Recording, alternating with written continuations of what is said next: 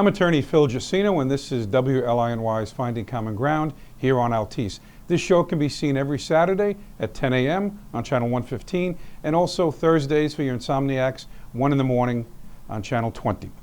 Got a great show planned for tonight. The first topic will be free speech. That says it all. The second topic will be frequently asked questions. That will cover criminal law, family law, divorce, and personal injury. And the last topic, we always finish with American exceptionalism. The two names will probably not be familiar to you. They are Sybil Ludington and Armand Shah. So let's get right to it. When we talk about free speech, what are we really talking about? We hear it all the time. Free speech, I believe in free speech, don't infringe. The Bill of Rights, which was ratified in 1791, which is the first 10 amendments to the Constitution, had the First Amendment, which talked about freedom of speech, religion, and so on. I'm going to read it to you very quickly. Congress shall make no law respecting an establishment of religion, or prohibiting the free exercise thereof, or abridging the freedom of speech. There it is. It's mentioned right there in the First Amendment. Or of the press, or the right of the people to peaceably assemble and to petition the court to redress grievances. So when the Constitution was enacted in 1787, it didn't have the Bill of Rights. A number of years later, in 1791, the Bill of Rights was created by the same group of men that came up with the Constitution, and they realized that they needed to tweak it a little bit. And this was their way to do it, but freedom of religion, the press, and speech was so important, they put it in the First Amendment. So what is free speech? I want to give you some examples. Okay. Some of the examples are as follows. To use offensive words. So if you curse somebody out, that's protected speech, believe it or not. Now, there's some exceptions. If you do it on a television show, internet radio, believe it or not, you can curse. Regular TV, you can. Or if you publish something in Newsday using a foul word, that's not necessarily protected. Curse words are protected. To criticize or insult. If you call somebody any horrible name you can think of, that is protected speech. There are exceptions. If there's an order of protection and you call somebody on the phone and you say you blankety blank, that's in violation of the order of protection. All right? So free speech there would not be extended to that individual. Think about President Trump for a second. The things that man is called. He's a Hitler, he's misogynistic, he's a racist, all the horrible things. A comedian held a severed head in effigy. That is considered protective speech. The other one, the court found to wear black armbands to protect the war. That was during the Vietnam era. That was considered protective speech. So it's not just speech, it's also conduct. Another one would be to advertise commercial products. So Pepsi can do a commercial, say buy Pepsi. Right? That's protected speech. Another one, you could have other types of symbolic speech, which we talked about, the severed head, things like that, or to contribute money to a campaign. If I support Donald Trump, or if you support Hillary Clinton and she was running for president, you could write a check. There are certain exceptions, but you're allowed to do that. Now, what is not protected? What's not protected is speech that would be considered inciting a riot or to do harm to a person. So I can't say, I'm going to kill you. That is not protected speech. I could be charged with harassment or aggravated harassment, depending on whether or not I do it to their face or on the phone or what they call electronic means. I can't yell fire in a crowded theater. That's not protected speech. Obscene material, child pornography, that is not protected speech. To burn draft cards, to go against the war, let's say in Vietnam, men burned their draft cards. That was allowed. So those are things which are considered protected speech, and the ones I just gave you were not protected speech. I'll give you an example. Burning the flag. Burning the flag is protected speech. There are other issues. If you do it in a building, it could be considered arson, but that is protected speech. Kneeling. We all know about the kneeling issue, football players kneeling, and other people in other sports. I don't think it happened in basketball or hockey or baseball, but I know some soccer players, some high school students did it. Kneeling during the playing of the national anthem. That is considered protected speech. Now we're going to get to, in a little while, the differences between the government, which they can't make those laws restricting free speech, and a private entity like myself or the owner of the Dallas Cowboys. Right? So we'll get to that in a second. Now, I strongly believe in free speech. It's the bedrock of this republic that we live in. Right? There are other countries. You go to the Middle East and you speak out against a politician or you say certain things, you don't have free speech. Even in other countries, I've read, even in France or in the Netherlands, if you say certain things against certain types of people, I think if you criticize, let's say, the president, or if you go to some countries and you criticize the king, there are consequences. Right? Now, in 1906, an author by the name of Evelyn Beatrice said, "I disapprove of what you say, but I will defend to the death your right to say it." Now, that says it all. Right? And I firmly believe that, and that's very powerful. And how do you combat speech that you find offensive or that you disagree with? And I hear it every day. I turn on the news, and I might hear somebody on the far left say something negative about the president, or we don't need to build the wall, let's say. Right? Now, I may disagree with that, or they may say something that I find offensive. Do I move to shut them down, or to have them fired, or to be silenced? No, not at all. I'm a firm believer in free speech, and I have to be consistent. Not just speech I agree with. How do you combat, again, speech you disagree with or you find offensive? More speech. You speak out. I'm speaking out now. When I do my live show on Fridays on Facebook Live and YouTube, 8 o'clock, I sit in the same chair. It's a live show. There's interaction. People can put up on a chat room things they agree with or disagree with. So I am speaking. Now, I have a show. Not all of you have a show. How can you combat speech you disagree with? Very simply, go to Facebook. Go to Twitter. There are a whole bunch of social media outlets where you can state your opinion and have it seen by many, many people. Right? So, for instance, I have about 2,700 Facebook friends. When I do a post, and I know not all of them will see it, but many may see it.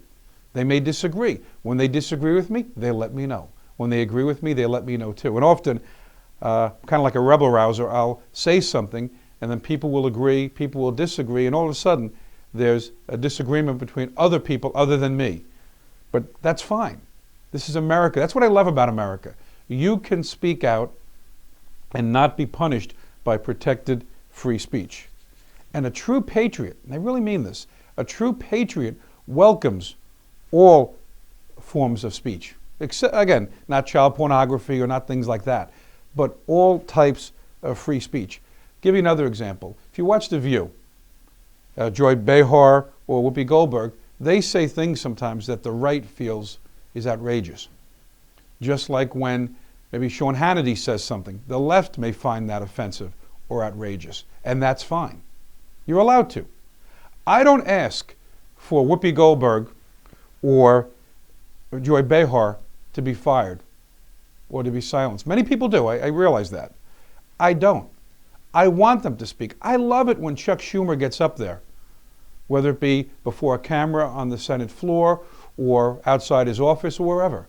I love to hear him speak. I disagree with most of what he says, but I like to hear him speak. Or when Hillary Clinton speaks, that's free speech. So we know how the other side thinks, and they know how we think.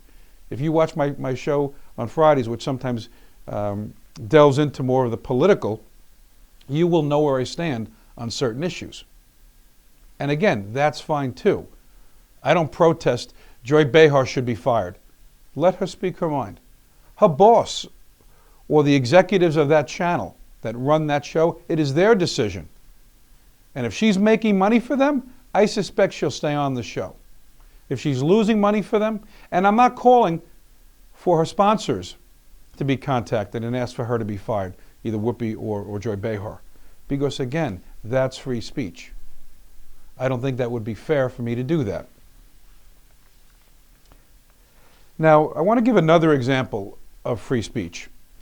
When I was in college, I went to Fordham University, I studied finance, and I was the president of the Republican Law Students Association. We had two law organizations. One was the Republican Law Students, one was Themis, which is more Democrat. But I was the president. And Jesse Jackson, we all heard of the Reverend Jesse Jackson, a liberal man. He ran for president a number of years ago.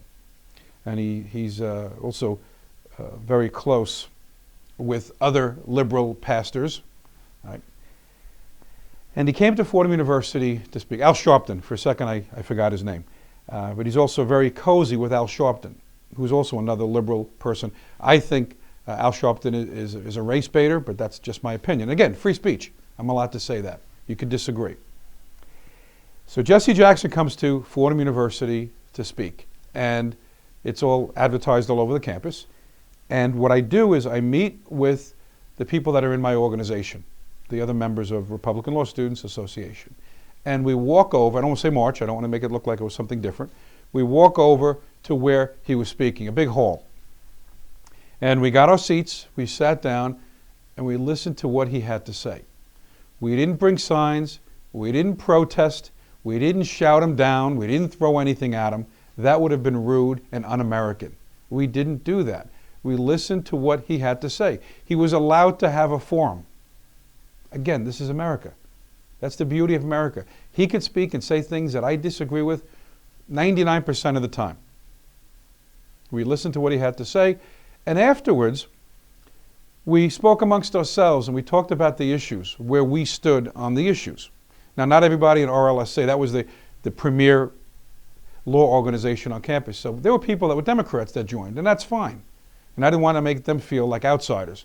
So we just discussed it. It was almost like, I don't want to say a mini debate, but we just exchanged ideas, talking about what Jackson had said. There might have been a couple that agreed with some of the things he said, and some of us didn't. But why is freedom of speech so important? Why, as I call it, the bedrock, one of the freedoms, liberty of America? Why is it so important? Because it allows for the freedom of expression and the exchange of ideas related to every facet of our society, every facet. Education, the arts, business, politics. And when I say freedom of speech, it's not just a speech. Remember I said before, conduct?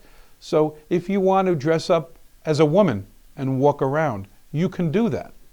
That's a whole other show. But you can do that. If you want to wear an offensive, stupid shirt, you can do that. Again, there are certain norms that you have to comport yourself with. You can't have a picture of child pornography on your t-shirt. That would be against the law, and rightfully so. But the exchange of ideas, if you go to school and a teacher says something, you should be able to say something different. It could affect your grade, and again, that's another show. We've talked about that before, where many colleges are liberal bastions, where, God forbid, you say, I support some of the things Trump supports. It could hurt your grade, you could be ostracized, you could be shouted down. Now, many countries, as I said before, do not allow for free speech. You go to some of those countries and you speak out, you can be fined, you can be imprisoned, you can be murdered. Now, is freedom of speech under assault? Now, when I was thinking about this topic, I thought about many of the times I put something on Facebook, and there's usually one guy, I won't mention his name, and he's like, what's the big deal? Why are you bringing that up? Is freedom of speech under assault? And the answer, I think, is yes, in two ways. One is by the private sector, which is not the government, but many conservatives that try to speak at a college campus are shouted down. I've seen news footage. I've read accounts. They are shouted down. They are told to shut up and sit down. They are made fun of. And college presidents often will say, well, you can't speak here. We're not saying you can't speak here, but we can't keep you safe. That's a cop-out. They should spend as much money as they need to allow that conservative to speak, just as they should spend as much money as necessary to let a liberal speak. Just like when Jesse Jackson spoke at Fordham. There were no riots, but now you see that. Antifa or different organizations will shout that individual down, call him un-American or her un-American. So, and also town hall meetings. I've seen politicians give town hall meetings where they go back home. Let's say it's a congressman in Washington, D.C. They go back home and they speak about the issues, and I've seen them get shouted down by their constituents. They start talking about the Affordable Health Care Act. They get shouted down. That's wrong. Now, where else is it shouted down? Or where else is it under attack? There is a congressman from California named Ted Lieu, L-I-E-U, and he was on Greg Gutfeld the other day. And he said, if I could, I would restrict free speech. Now think about that for a second. You're a United States congressman, right? One of 435, right? Then there's 100 senators. So Congress, our governing body in the United States, consists of 535 members. You would think that when they raise their right hand and they say, we will support and defend the Constitution of the United States, just like the president does, you think they would mean it. But they don't. I don't want to say, I wish I could restrict free speech. Again, that's not patriotic. That is un-American, and I say that strongly. And I say it to both sides, Republican, Democrat, Independent, Conservative, Liberal. And my question to someone like Ted Lieu would be, what are you afraid of? What are you afraid of? And I think the answer is they're afraid of ideas that don't gel with how they believe. So for instance, they believe that the wall, as Nancy Pelosi said, building the wall on our southern border is immoral. Nancy Pelosi said that. And that is her opinion. She's allowed to say that. I disagree with that. But someone like Ted Lieu would say, well, I wish I could restrict the speech of people on the right to say that it is moral to build the wall, or it is proper to build the wall. That's free speech that he would like to restrict. Now let's talk about free speech and President Trump. Now there are a lot of people out there, and they say to me that they don't like when he tweets. I've heard it from the left and I've heard it from the right.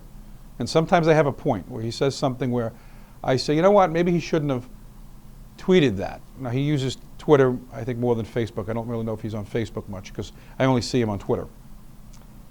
And he tweets about what he's thinking. So as long as it's not anything confidential or against the law, he's allowed to do that.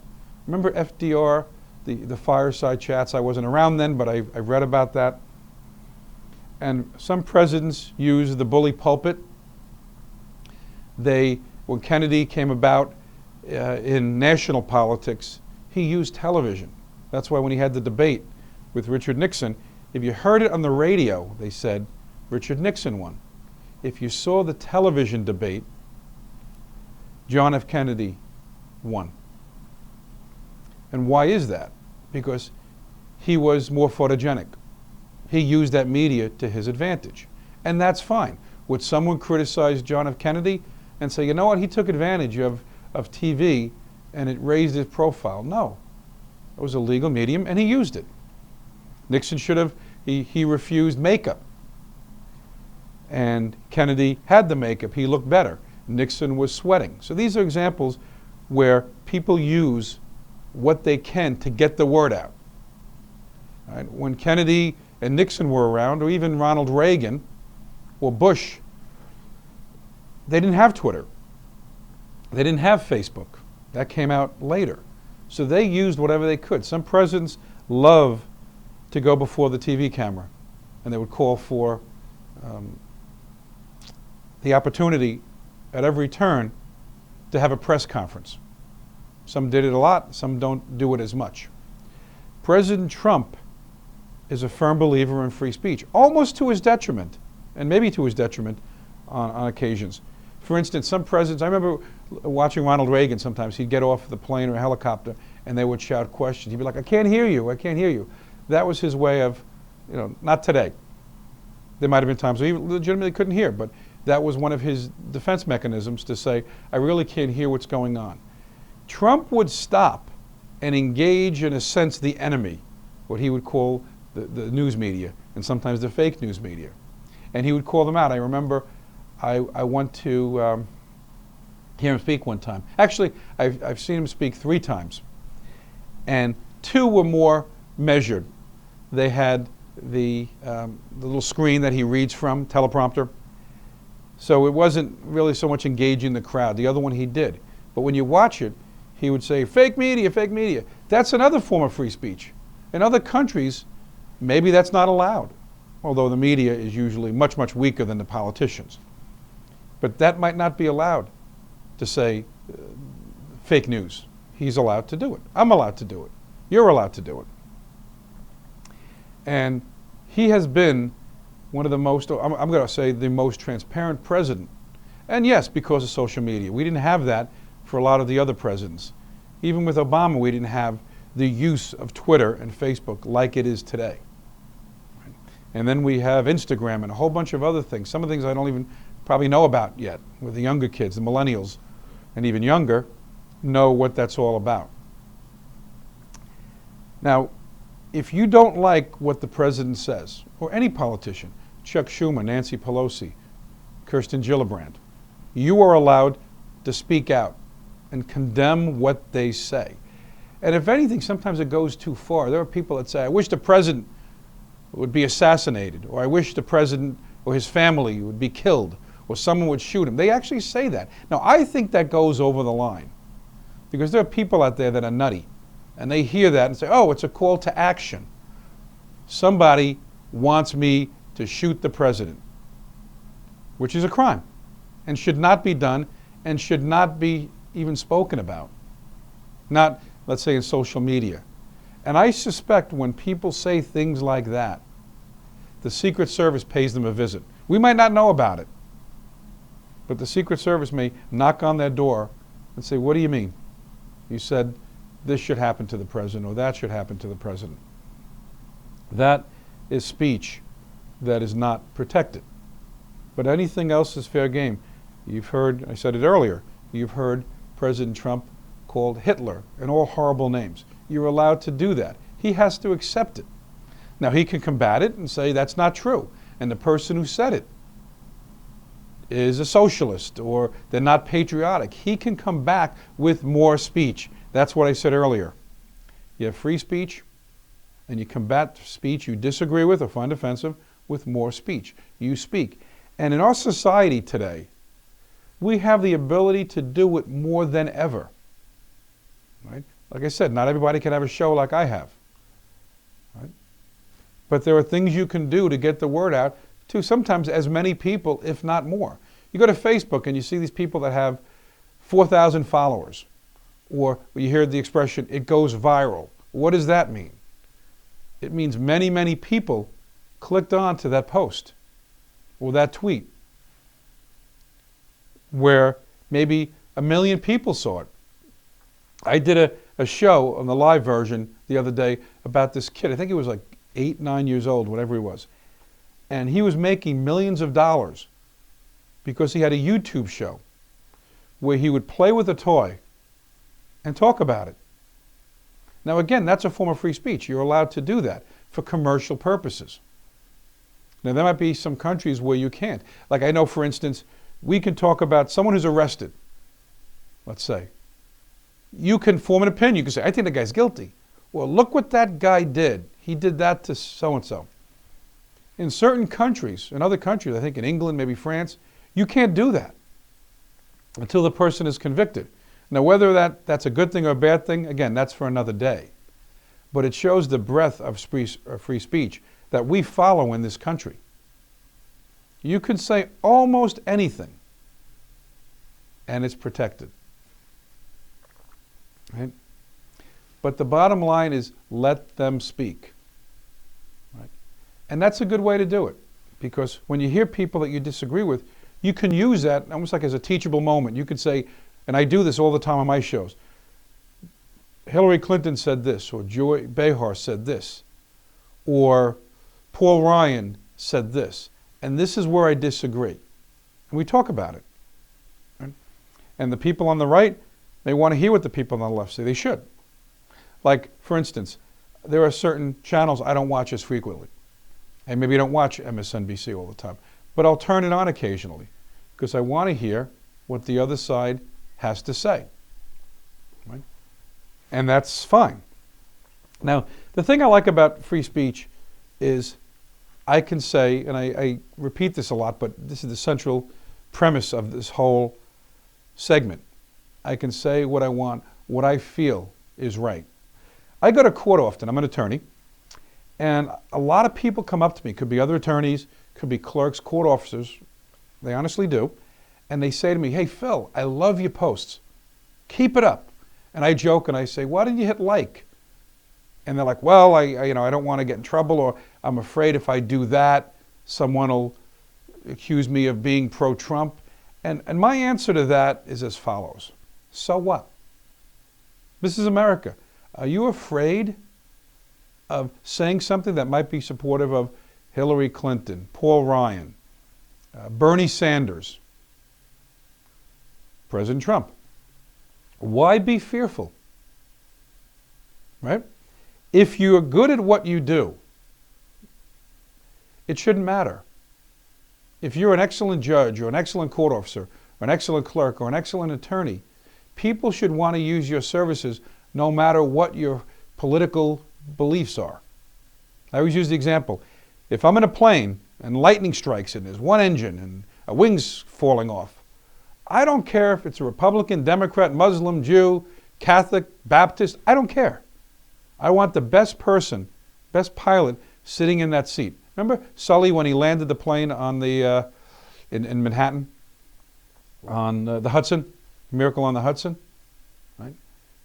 Did it say Sully, the Republican, or Sully the Democrat? No, Sully the pilot. They might have talked about his training in the military, but he did the right thing. Now, quickly, I want to go back to something where I said government as opposed to private. The government can't make a law that says you can't kneel during the national anthem. That would be unconstitutional.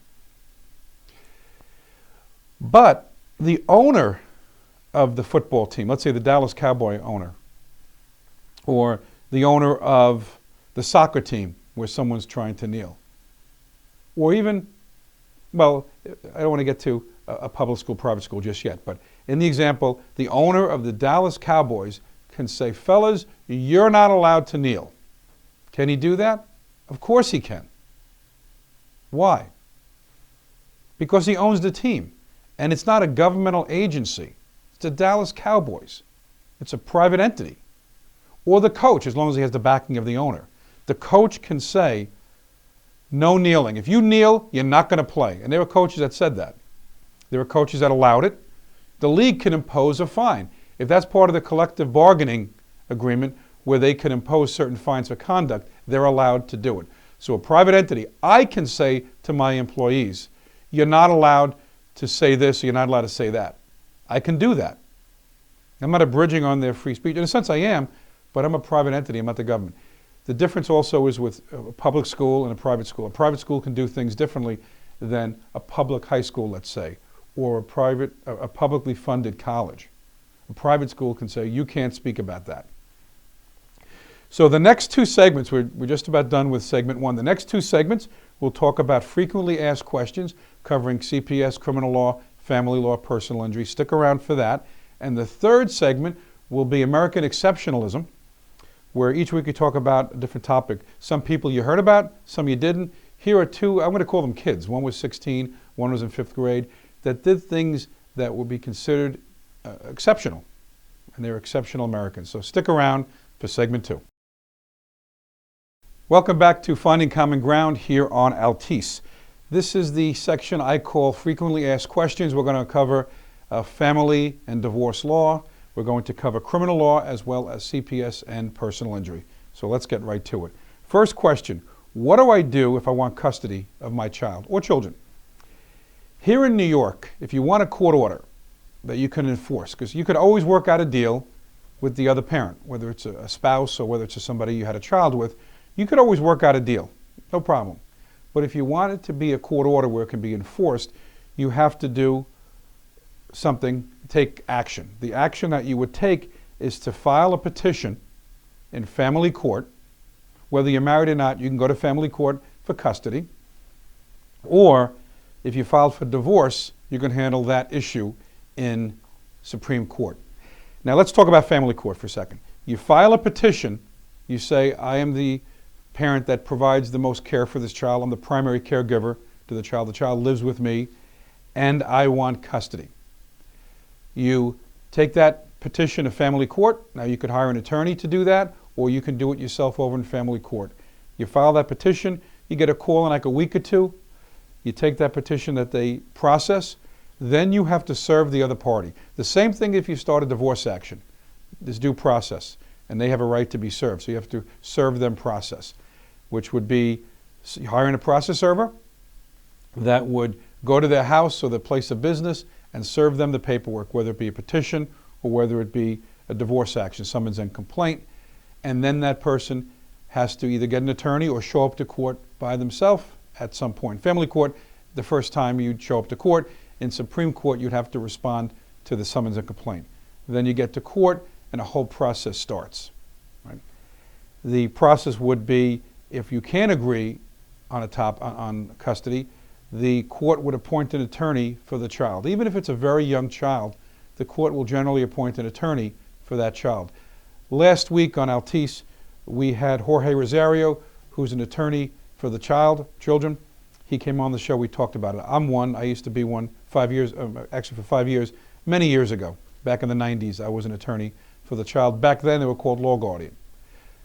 So that attorney would speak to the child or children, if they can, if they're old enough, and the court would try to see if the case can be settled. If it can't be settled, the next step would be a trial, a hearing. If you need more information about that, it's always good to contact an attorney before you do anything, right? Because you want to make sure the petition says what it needs to say. A court could say, no, I'm not going to sign the petition because it doesn't make a prima facie case. So it's very important to make sure that petition is done right. You're asking for the right relief. Right? It's almost like I've seen petitions where they don't even ask for custody. They just say the child lives with me, and they don't go to the next step. It's like not asking for the sale. Next question. What should I do if I get a letter from CPS? CPS is Child Protective Services here in Suffolk County. If you get a letter, that means that either somebody called CPS on you, or some entity called CPS, or they called it on the other parent. So you're the mom, let's say someone calls it on the father. You'll get a letter that says someone other than you is under investigation by CPS. There you don't have to do anything. If it says it's you, you may get a call from CPS. You may want to consult an attorney at that stage of the game. Now, just because you get the letter doesn't mean, in a sense, you're guilty. I'll use the word guilty, or that you're culpable. Because what happens is within 60 days after you get the initial letter that says you're under investigation, you're going to get another letter from the same entity, Department of Social Services. And they're going to say either indicated or unfounded. If it's indicated, you have to take action. You have to fight it within 90 days. If you wait beyond 90 days, you might lose the right to fight it. Now, not only could you be indicated, but you could be dragged into family court under a neglect petition, N, for neglect or abuse. If it's minor, you're not going to be dragged into family court. If it's serious enough, you would have CPS to deal with as well as family court. If it's unfounded, there's not a thing you need to do. You might want to know who did it. You're never going to find that out. You're never going to find out who made that phone call. Never. They don't divulge that information. But if it's unfounded, you're in the clear. If it's indicated, you got to fight it because you're going to be on that registry, abuse and neglect registry, until your youngest child is 28 years old. And that could affect employment. That could affect adopting a child down the road. So you want to deal with it. Next question.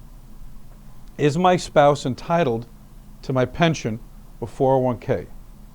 The answer is yes, the marital portion. So I'll give you an example. Let's say you're married to a police officer, you're the wife, and you're married to a police officer. And he became a police officer in the year 2000. And you married him in 2015. And now here we are, 2018, almost 2019. Do you get 50% of his pension? No. You get 50% of the marital portion of that pension. So from 2000 to up to the day before marriage, 2015, that's his separate property. A company that handles pensions will calculate his separate property. There's a thing called the Majauskas formula. That's just the law that they name it after, or the case, I should say. And Majauskas, there's a numerator and a denominator. So from 2000 to 2015, that's his separate property. From 2015 to now, or when the divorce is filed, the wife would be entitled to half of that portion. Right? Now I say when the matrimonial action was filed, because let's say the divorce was filed in 2018 and the case dragged on for 2 years.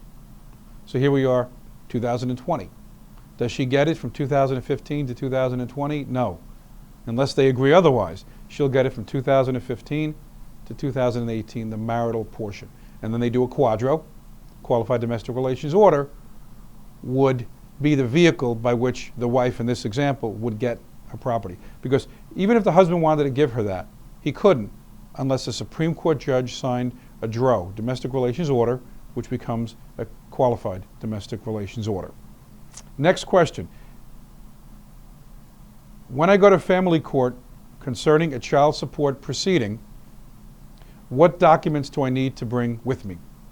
Very important, because if you show up to court without the documents, the court can't always give you what you need, or if you're on the other side, may hit you with an amount that's higher than you're making because you have no proof of what you're making.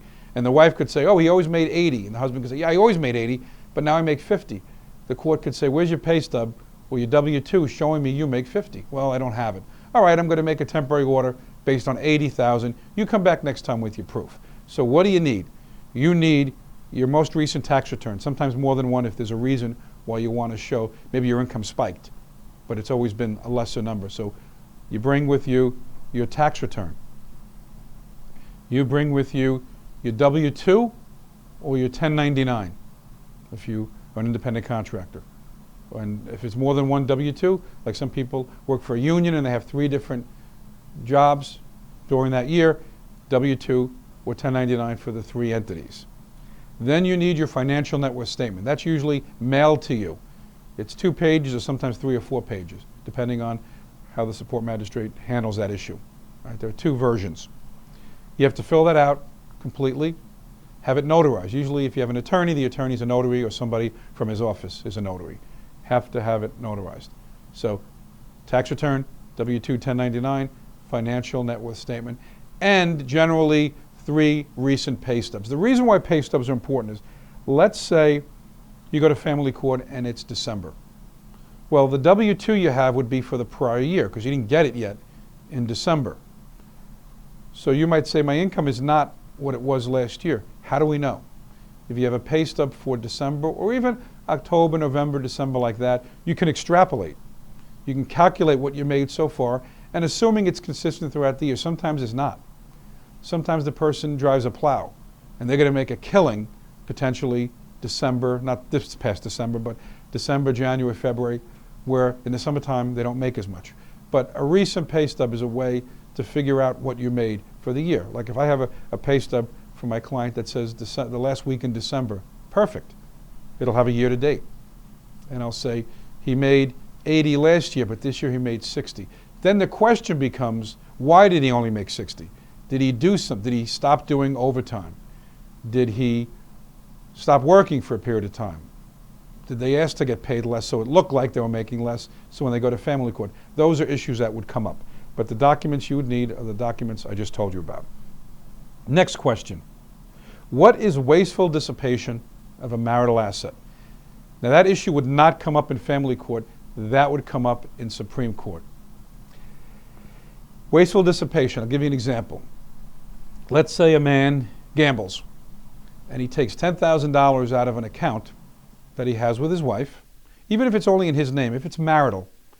And that's, we talked about marital assets on other shows and we'll talk about it again. If it's marital, whoever's name it's in, doesn't matter. If it's marital, the husband takes the $10,000 out and he goes to the racetrack and he bets on a slow horse. And the horse comes in last, he loses his money, and the wife at some point says, wait a minute, where'd the $10,000 go? And the guy said, well, I bet a slow horse. The court, if they're in court, a judge can say that's wasteful dissipation of marital asset. What is the punishment? What is the remedy or the consequence? That husband would have to give the wife back $5,000 because he wastefully dissipated $10,000. 5. Now, sometimes it's not as clear cut. The guy takes the money and he burns it, or he intentionally gets rid of it somehow, or he gambles it away, as I said, or he gives it to his girlfriend or a friend. Let's say this guy has a girlfriend and he buys her a $5,000 ring. That's considered wasteful dissipation of a marital asset. He would have to give the wife back $25,000 in that example. Now, let's say a guy buys stock in a shaky company. It's up to the judge to decide, is it really wasteful dissipation or just a bad investment decision? It could be just that. You know, we've all, well, I shouldn't say we all, I buy stock and you hope they go up. Sometimes they don't.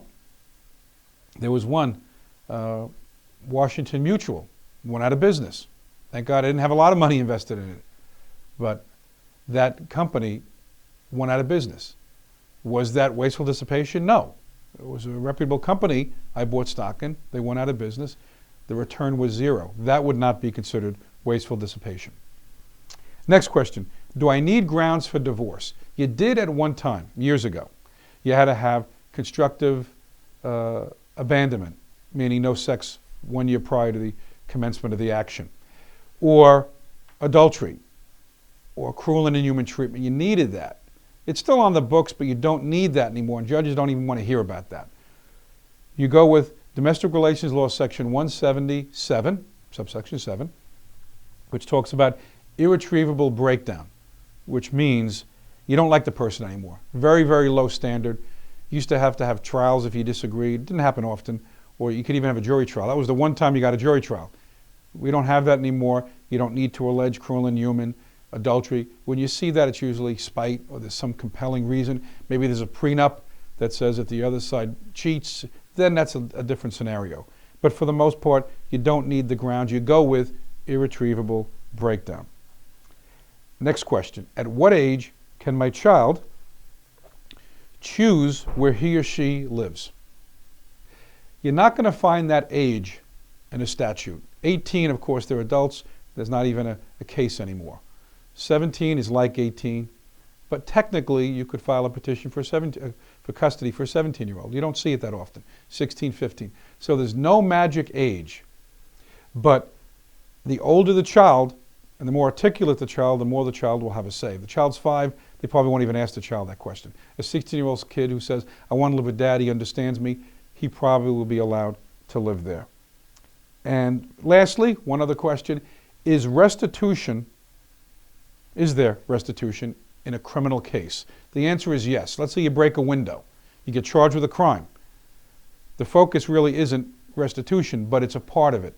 So if you get placed on probation, and even if there's insurance and the other person says, I'm out $1,000, the DA could say, we'll give you a deal, but you got to pay that $1,000. Or even if they don't give you a deal, probation can say you have to pay that $1,000.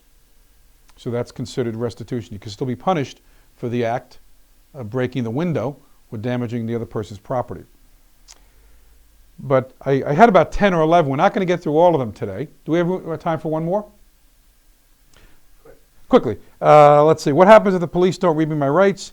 Generally speaking, the case can still go forward. That's the Miranda warnings. You have the right to remain silent. The case can go forward. There's a procedure that happens where the statement could be thrown out, but the case still goes forward. People say, he didn't read me my rights. Doesn't the case get dismissed? The answer is no.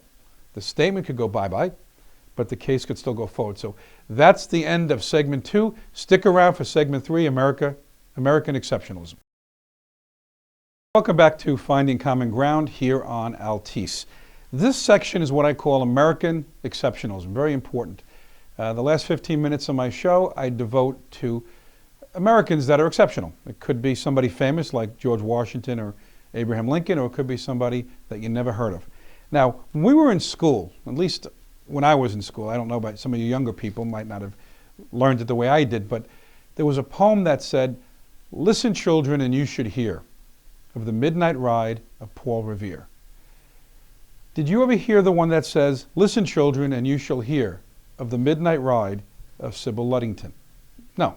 Now some of you may know who she is. She was a 16-year-old girl at the time of the American Revolution. Her father was a militia leader of 400 men. And she used to ride horseback, so she had those skill set, and that'll come into play in about 3 seconds. So on the night of April 26, 1777, she was called upon, she volunteered, very dangerous job, to ride and to warn the Americans or the militiamen that the British were coming. Now, it's interesting because I've done a lot of, I always say I'm a student of the Civil War, but also the American Revolutionary War. And Paul Revere is the most famous of the night riders. Right? There are other men. There was William Dawes. There was Jack Jewett. They also rode. But the most famous was Paul Revere. And if you go to Boston, you can see the Paul Revere House. He was also a skilled craftsman. And I believe he worked on the bell, the Liberty Bell. So he's the more famous. And he didn't even ride as far as Sybil Ludington. And also, they say, in my reading, that it's inaccurate about Paul Revere. Not that he didn't ride, but they said he wouldn't have said, the British are coming, the British are coming. The reason is that they were all British, for the most part. So he wouldn't have been riding around the countryside to the British. He would have said the army is coming, or the Redcoats. More likely would have been the Redcoats, which is what Sybil yelled. But here we are, April 26, 1777, and she hops on a horse, and she rode to alert militia forces of Putnam County, New York. She was a New Yorker, and through Danbury, Connecticut. And the ride was similar to the other rides I talked about, where she's alerting the militia that the Redcoats are on their way. And she was born in Fredericksburg, New York, which is now called Ludingtonville, named after her. And she rode a horse. There's some discrepancy as to if it was really the name of a horse, named Star. And she traveled about 40 miles. And she went from Danbury all over New York through Connecticut. Now, prior to her famous ride, she saved her father from capture. He was a heroic girl. When a royalist named Ichabod Proser, with 50 other loyalists, tried to capture her father, she did something that's amazing. And I've read about this by great generals, how they used this same tactic to fend off the enemy. What she did was she put candles all around the house, and she organized her siblings. Think about this. At the time, she might not even been 16 yet, but about 15, 16 years old. And she got her, almost like something out of a movie. And she got her siblings together, and they marched in front of the windows of the house in military fashion, creating the impression that there were militia guarding that house. So the enemy said, that's probably not the best time to attack. The house is protected. Meanwhile, it was just her and her brothers and sisters marching in formation. Now, she allegedly rode 40 miles in the hours of darkness through Carmel, Mahopac, Kent Cliffs, to Farmer's Mill, and back home. She used a stick to prod her horse and to knock on doors. So she'd get close to the house, she'd use a stick, she'd knock on the door and yell out, the Redcoats are coming. And she had to use that stick to defend herself against the highwaymen who tried to attack her.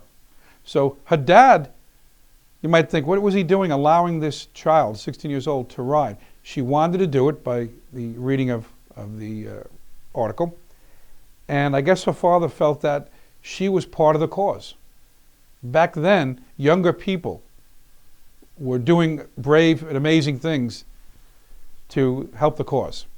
Just like you might have heard about drummer boys or young kids in the Civil War, picking up a rifle or carrying the flag, 9, 10, 11 years old.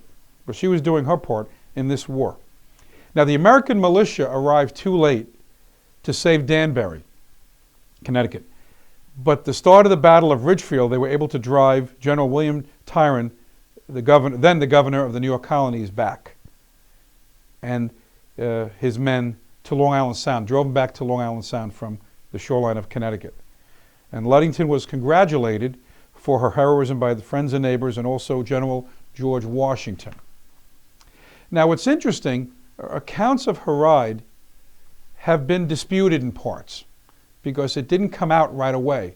A brother of hers wrote about it, and we don't have the same news record we have now. Obviously, if this happened today, there would be cameras all over the place, or you'd see a Facebook post or a tweet. We'd know about it. Back then, you didn't have that. And the media wasn't organized the same way as it would be, even in the Civil War or World War II, where you had cameramen. Matthew Brady started to take photographs during the American Civil War. You didn't have that back then. And a 16-year-old riding around might not have been the same kind of news you would think. And maybe some of the soldiers didn't even want to mention it because, we were the brave ones, maybe not a 16-year-old girl riding around the towns. But the Daughters of the American Revolution said that because there was not enough evidence, they couldn't consider her a heroine. But the local chapter of the Daughters of the American Revolution, near where she lived, said there was enough evidence and there was a statue. Did we put the statue up? Oh, yeah. All right. That's Sybil Ludington. And her ride started at 9 p.m., so think about it. Most of us would not want our daughters during this wartime riding around on a horse by herself anytime. 9 o'clock at night, very brave. But as I was just saying, in 96, the Daughters of the American Revolution said the evidence was not strong enough for the criteria of war heroine. So they removed the book about her. So I guess they felt strongly that not everything was accurate. Historically, there was a girl by that name, and apparently she did ride, but I guess they felt that some things could have been embellished. I don't know. But the local chapter said the story is true and simply too good not to be believed. Now, usually I do one topic. I'm going to do two tonight. There was a boy named Armand Shah from Florida, and he did some work for his uncle, a fifth grader, young kid. And with that money that he earned, he paid off the lunch debts of kids that couldn't afford lunch. And for that, he got a reward. He didn't set out for the reward, but Nike gave him custom-made sneakers. Now, he was asked, what prompted this? Why did you decide, instead of using the money to buy a video game or to go to the movies or something like that, why did you take that money and pay off the debts? It's almost like a person who goes to Target and pays off the layaway. But this is a kid. And it was money that he saved. And he said because he saw a documentary about lunch shaming.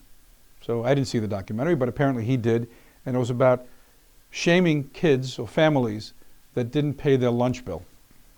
Now, this is an exceptional young man. Because when I was a kid, I was pretty industrious. But would I have taken that money? I'm very charitable now, but maybe as a fifth grader, I probably wasn't. Probably wouldn't have taken that money and say, you know what? I got some money here. I'm going to buy something. I'm going to save it, or whatever. This kid didn't do that.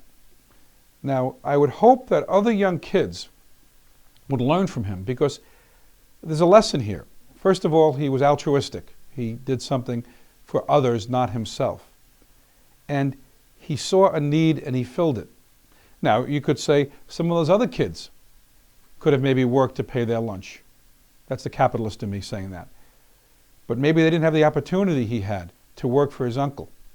Maybe they didn't have that opportunity. So he did something amazing. And I consider, just like I consider Sybil Ludington an American hero or heroine, an exceptional American, I consider Armand Shah, great job. That ends segment 3. Listen, when you watch this show, right, you may watch it in its entirety. If you don't get the chance to do that, what I'd like you to do is go to YouTube. If you type in WLINY Internet Radio on YouTube, there's a little blue disc with WLINY in it. That's the YouTube page for WLINY. You go to that, and it's cataloged. You can go to Altice shows. This is I think 6 or 7. You can go to the live shows that I do that are now on YouTube, and you can catch those shows. Like when you go to Frequently Asked Questions, it's laid out where you can skip things to go to questions you want answered. So I did about 7 tonight, and you might want to focus in on 1 or 2 of them. You can do that. When you watch the live show on Fridays, you can hit share and like. I want to promote this show. I think it has value. Because people stop me in court, or they contact me and they say, look, I saw the show and it's very interesting. I learned something, especially the Altice version, because the other one sometimes delves more into politics, which also is informative, but here you really learn about the law, the institutions of the law. We talked about free speech.